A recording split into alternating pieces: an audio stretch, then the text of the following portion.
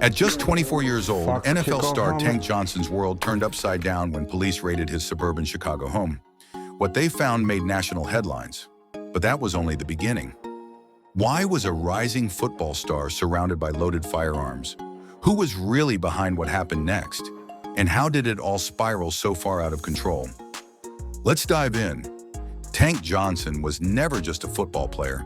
He was a force of nature, a defensive tackle with freakish strength, explosive speed, and the kind of aggression coaches dream of and opponents fear.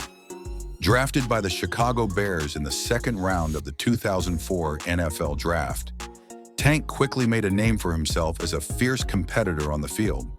But off the field, that's where things started to unravel.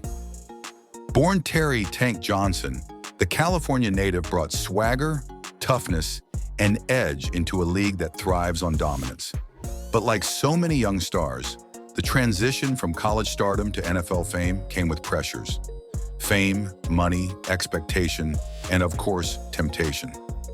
By 2006, Tank was a starting defensive tackle for one of the league's best defenses.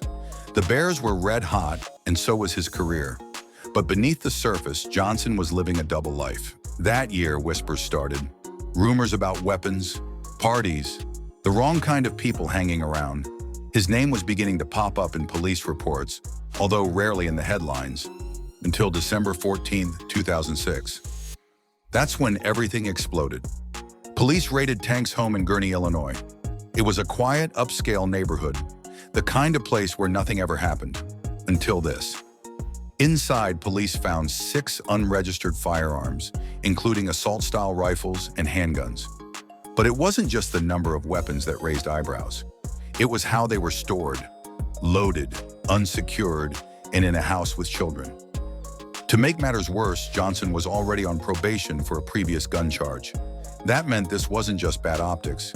This was a potential violation with serious consequences. But it didn't stop there. Just 2 days after the raid, Johnson and some friends went out to a Chicago nightclub. What happened that night would change everything. An altercation broke out in the early hours of the morning. It escalated fast. Shots rang out.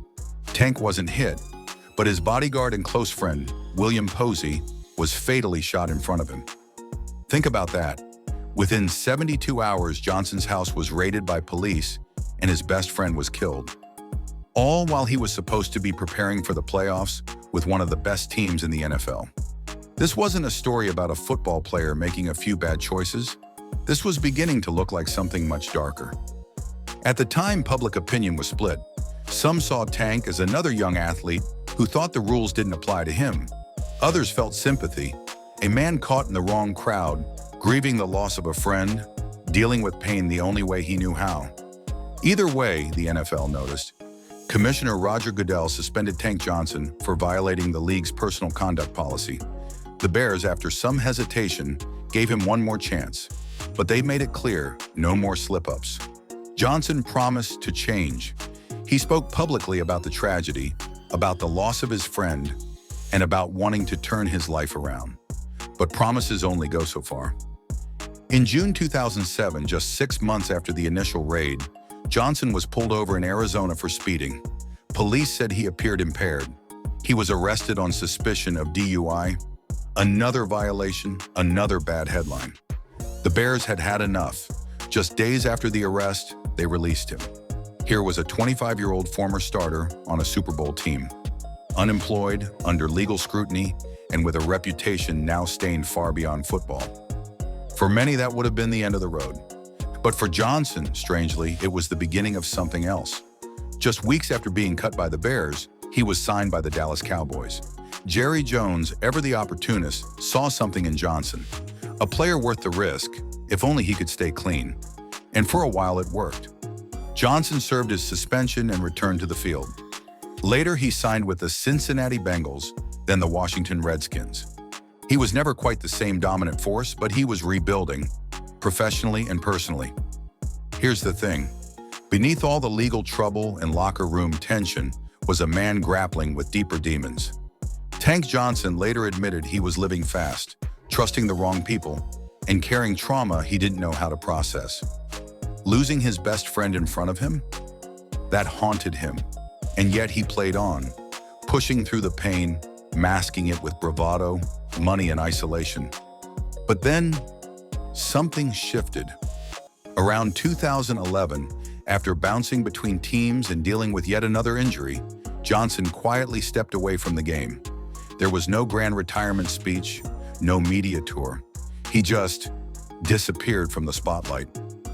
Only later did people realize what he was doing.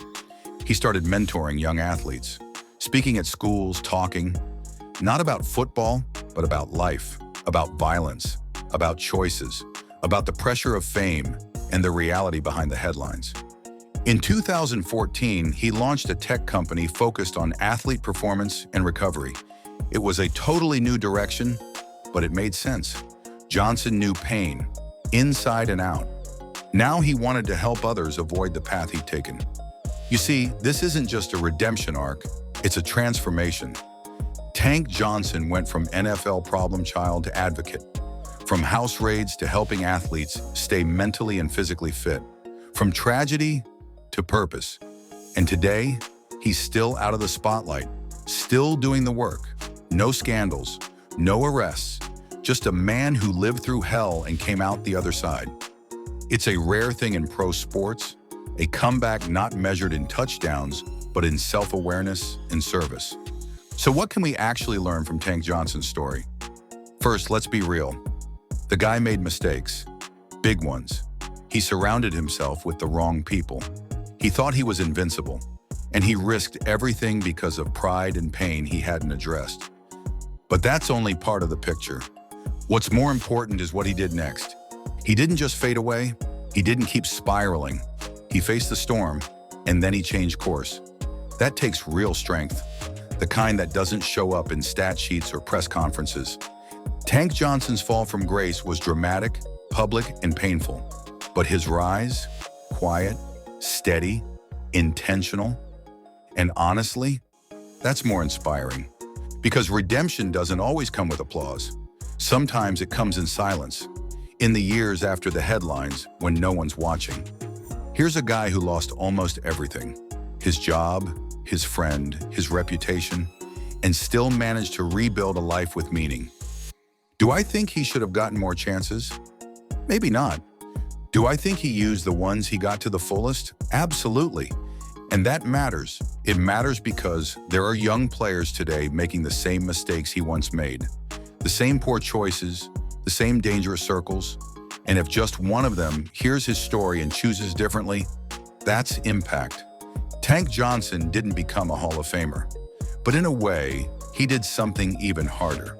He became whole.